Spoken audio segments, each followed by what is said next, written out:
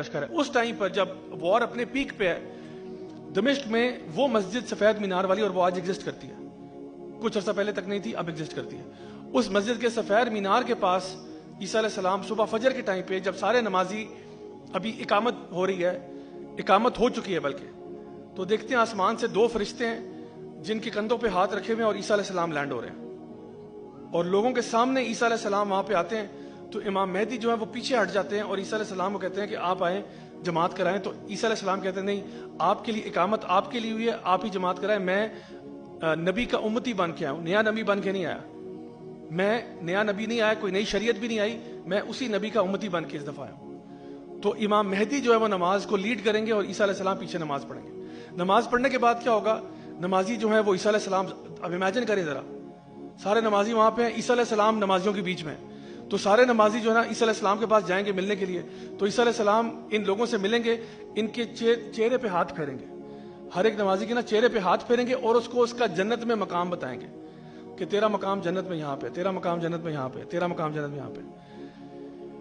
اللہ اکبر، imagine کریں اس بندے کو جس نے اس دن فجر کی نماز مس کی ہوگی۔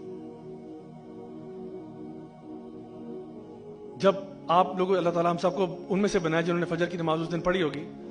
اور عیسیٰ علیہ السلام کا دیدار بھی ہوا ہوگا۔ اب ہم واپس اپنے کمرے میں جا رہے ہیں، تو وہاں پہ ہمارا ایک دوست ہے، آپ کہتے ہیں یار جگر تجھے پتہ نہیں آج کیا ہوا؟ کہتے کیا ہوا یار، کیا ہوا؟ اب آنکھیں مر رہا ہے، یار عیسیٰ علیہ السلام نازل ہو گئے تھے،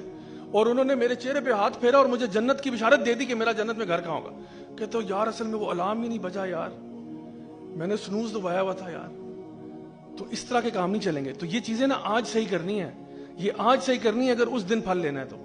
اس کے بعد عیسیٰ علیہ السلام، اچھا یہ بھی ایک بڑا امپورٹنٹ پوائنٹ ہے، عیسیٰ علیہ السلام ایز اے وارئر آئیں گے اس دفعہ۔ یعنی آپ لوگوں کو اگر عیسیٰ علیہ السلام کی سٹوری کا پتہ ہو، عیسیٰ علیہ السلام کوئی جنگجو آدمی نہیں تھے، یعنی وہ بڑے لوگوں کے ساتھ ڈیل کرتے رہے، نرمی کے ساتھ، شفقت کے ساتھ، پیار محبت کے ساتھ، آفر دی ادر چیک والی بات ہوتی تھی، لیکن اس دفعہ جب نازل ہو رہے ہیں نا تو ایز اے وارئر نازل ہو رہے ہیں۔ اور کیا ہوگا، بعض روایات میں آتا ہے کہ عیسیٰ علیہ السلام جب یہ دجال کا لشکر آئے گا نا،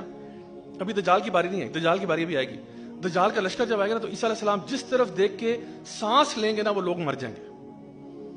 جو دین کے دشمن ہے نا، جس طرف وہ، کیونکہ دیکھیں اب اصل عیسیٰ علیہ السلام آ گئے، دو نمبریاں ختم، دجال جو عیسیٰ علیہ السلام بنا ہوا تھا، خدائی کا دعویٰ کرتا، اس کا سارا دجل ختم ہو گیا، کیونکہ اصل عیسیٰ علیہ السلام آ گئے، اللہ رب العزت کی طرف سے کچھ طاقتیں لے کر آئے،